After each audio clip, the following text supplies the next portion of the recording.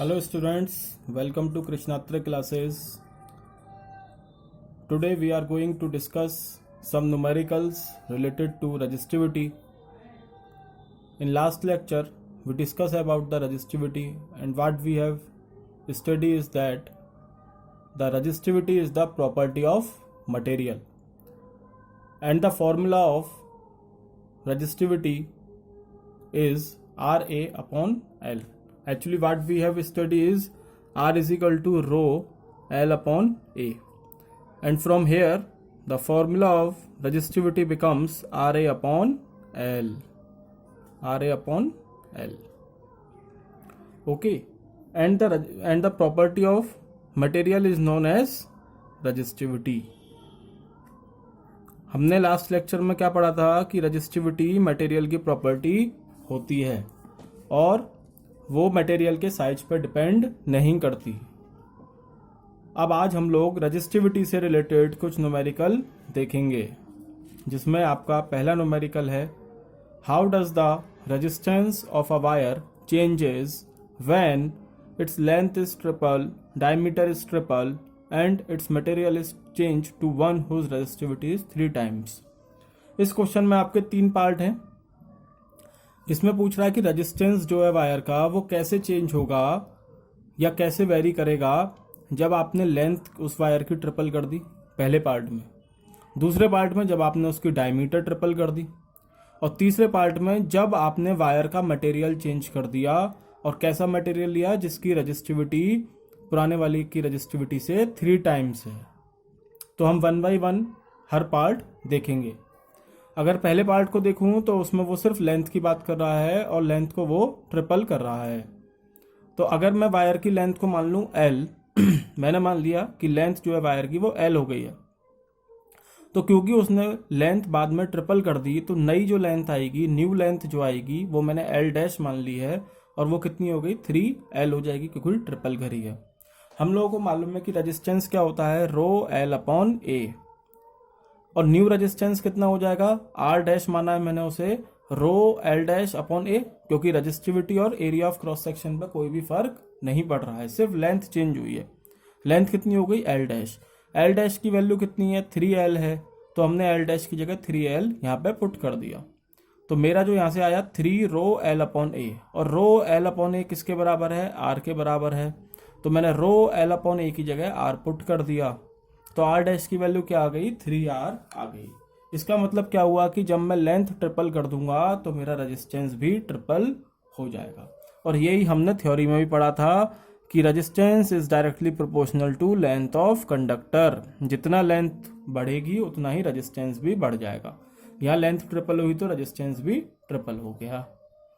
ठीक है, अगले पार्ट में वो क्या बोल रहा है, अगले पार्ट में क्वेश्चन में बोला है कि डायमीटर अगर मैं ट्रिपल कर दूं तो क्या होगा। तो सिमिलरली जैसे मैंने पिछला पार्ट करा था, मैंने यहाँ पे डायमीटर D मान लिया, कैपिटल D। डायमीटर अगर कैपिटल D है तो एरिया मेरा कितना हो जाएगा, π/4d²। अब ये π/4d² कहाँ से आया, तो एक बार ये देख लेते हैं। एरिया आप लोग पढ़ते हो πr², और रेडियस क्या होता है आपका, ये रेडियस है यहाँ पर, तो रेडियस क्या होता है, हाफ ऑफ डायमीटर, मतलब d/2। तो मैं जब यहाँ रेडियस की जगह d/2 पुट करूंगा तो एरिया की वैल्यू क्या आ जाएगी, π/4d²। तो यहाँ पे आपका ये जो एरिया आया वो π/4d² हो गया। ठीक है, अगर नई डायमीटर हमने d डैश मान ली तो उसने डायमीटर कैसी करी है, क्वेश्चन में ट्रिपल कर दी है, तो इसका मतलब नई डायमीटर मेरी 3D हो गई। तो एरिया मेरा कितना हो जाएगा, π/4d डैश का स्क्वायर, और d डैश की वैल्यू है 3D, तो मैंने d डैश की जगह 3D पुट कर दिया। तो यहाँ से मेरा एरिया क्या आ जाएगा, 9 π/4d², और π/4d² मेरा कितने के बराबर है, A के बराबर है। तो इसका मतलब जो एरिया आया वो 9 टाइम्स हो गया पुराने एरिया के, 9A हो गया मेरा एरिया। अब मुझे इसमें क्या निकालना है, रेजिस्टेंस निकालना है। तो हम लोगों को मालूम है रेजिस्टेंस होता है रो L अपॉन A। जब आपका एरिया A था तो रेजिस्टेंस है रो L अपॉन A। अब नया रेजिस्टेंस मैंने मान लिया R डैश, जिसमें एरिया कितना होगा, A डैश हो जाएगा, तो रो L अपॉन A डैश हो गया। A डैश की वैल्यू अभी हम लोगों ने पीछे निकाली है, कितनी आई है, 9ai है, तो हमने यहाँ पर a डैश की जगह 9a पुट कर दिया। मैंने जैसे यहाँ 9a पुट करा तो ये हो गया 1/9 रो l अपॉन a। इसका मतलब, और रो l अपॉन a कितने के बराबर है, r के बराबर है, तो r डैश की वैल्यू आ गई r/9। यहाँ से क्या कंक्लूजन निकला, या जो हमने थ्योरी में पढ़ा था, क्या पढ़ा था कि resistance is inversely proportional to area. जितना मेरा एरिया बढ़ेगा उतना ही मेरा रेजिस्टेंस कम हो जाएगा। और यहाँ पे मेरा रेजिस्टेंस एरिया कितना बढ़ा था, 9 टाइम्स हो गया था, तो मेरा रेजिस्टेंस कितना कम हो गया, 9 टाइम्स कम हो गया। ठीक है, यही हम लोग ने थ्योरी में पढ़ा था और यही आपका आंसर आया है। तीसरे पार्ट में उसने बोला है कि अगर मैं वायर का मटेरियल चेंज कर दूं और ऐसा मटेरियल लगा दूं कि उसकी रजिस्टिविटी पुराने मटेरियल से 3 टाइम्स हो, मतलब 3 गुनी ज़्यादा हो। तो हमने मान ली कि पहले रजिस्टिविटी रो थी, तो नई रजिस्टिविटी कितनी हो गई, 3 रो हो गई। पुराना रेजिस्टेंस कितना होगा, रो l अपॉन a हो गया। न्यू रेजिस्टेंस r डैश कितना होगा, rho dash l upon a। Rho dash की जगह 3 रो आ जाएगा और रो l अपॉन a की जगह r आ जाएगा। इसका मतलब अगर मैं 3 टाइम्स रजिस्टिविटी वाला मटेरियल लगाता हूं तो रेजिस्टेंस भी 3 टाइम्स हो जाएगा। ठीक है, ये आपका न्यूमेरिकल कंप्लीट हो गया। अब हम लोग एक न्यूमेरिकल और देखेंगे। अगला न्यूमेरिकल में क्या बोल रहा है, वो बोल रहा है calculate the area of cross section of a wire if its length is 1 metre, its resistance is 23 ohm and resistivity is 1.84 into 10 की पावर -6 ओम मीटर। हमें एरिया ऑफ क्रॉस सेक्शन निकालना है वायर का अगर उसकी लेंथ 1 मीटर है और उसका रेजिस्टेंस 23 ओम है और रेजिस्टिविटी उसकी 1.84 इंटू 10 की पावर -6 ओम मीटर है। तो सिंपल इन क्वेश्चंस को करने का सबसे बढ़िया तरीका यह है कि आप लोग सबसे पहले गिवन डाटा लिख लो। तो गिवन मुझे क्या क्या है, लेंथ गिवन है 1 मीटर, रेजिस्टेंस मुझे गिवन है 23 ओम और रेजिस्टिविटी मुझे गिवन है 1.84 इंटू 10 की पावर -6। गिवन लिखने के बाद आप लोग लिखोगे मुझे क्या निकालना है, टू फाइंड, और टू फाइंड में मुझे एरिया ऑफ क्रॉस सेक्शन निकालना है, मतलब ए की वैल्यू निकालनी है। सॉल्यूशन करूंगा तो मुझे मालूम है r is equal to rho l upon a होता है। r की वैल्यू मुझे गिवन है, रो की वैल्यू मुझे गिवन है, l की वैल्यू मुझे गिवन है। निकालना क्या है, सिर्फ a निकालना है। तो मैं a को इधर ले गया, r को नीचे ले आऊंगा, रो l अपॉन r हो गया। सारी वैल्यू मैंने इसमें पुट कर दूंगा। रजिस्टिविटी की वैल्यू हमें गिवन है 1.84 इंटू 10 की पावर -6।